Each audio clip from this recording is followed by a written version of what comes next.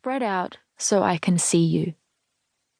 It's almost a joke, but not quite. Marin's character doesn't like it when women are doing stuff he doesn't know about. He finds it unnerving. A lot of people do. For those invested in maintaining the status quo, there's a lot to be gained from preventing women from getting together. As Naomi Wolf observed in The Beauty Myth, which remains as relevant now as it was when it was published 30 years ago, a population divided, distracted, and economically depressed is unable to demand to be released from oppression. Isolated women are easier to sell things to, easier to control, more easily compressed into the very few ways to acceptably be a woman. All this is made even easier if that woman is inculcated into a tradition of mistrusting others like her. For a long time, we've lived in a culture that tries to spread us out so it can see us, and so we can't see each other, except from the corners of our eyes. We're taught to enjoy female rivalry. We look for and expect it. Celebrity feuds fuel the whole tabloid industry. The ongoing success of the many iterations of Real Housewives is predicated on the same principle.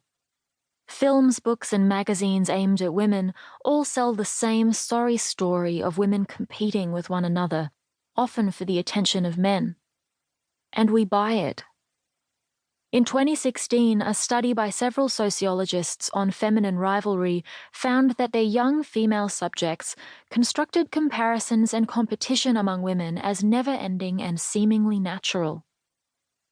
The narrative has become so ingrained as to appear spontaneous, immutable, and as naturally occurring as the weather. It is simply the way things are. So when women choose to align with one another, it takes us by surprise. We look at it sideways. Like Glow's director, we are suspicious. Suspicion often goes hand in hand with derision, because if you strip a group of their credibility, you strip them of their perceived threat too. Consider the mockery of women-only spaces on university campuses, the shrill dismissal of teenage fangirls, the smirking devaluation of all-girl music groups, the sneering contempt of writers and readers of romance fiction. Mothers and daughters are pitted against one another, persuaded to be jealous, to compete for the love and attention of the father/husband. Sisters, similarly. Friends are always kept at arm's length in case they should prove smarter, prettier, more successful. Organizations of women are frumpy or frivolous, not to be associated with. Artistic efforts by women are gimmicks. To be taken seriously, one must be alone among men. What is the threat that women in groups pose?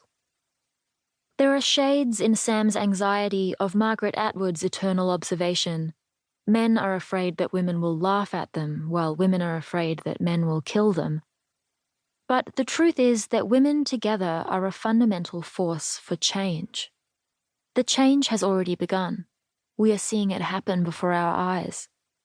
Beyoncé's all-woman touring band, Taylor Swift's famous girl squad, Paris Goebel's jaw-dropping dance troupe, and, of course, the many women, visible and invisible, who have become a part of the Me Too movement, which has begun the hard and previously impossible work of toppling a crooked pyramid of corrupt and predatory men, a movement that represents probably the greatest and most conspicuous collaboration of women since the suffragettes.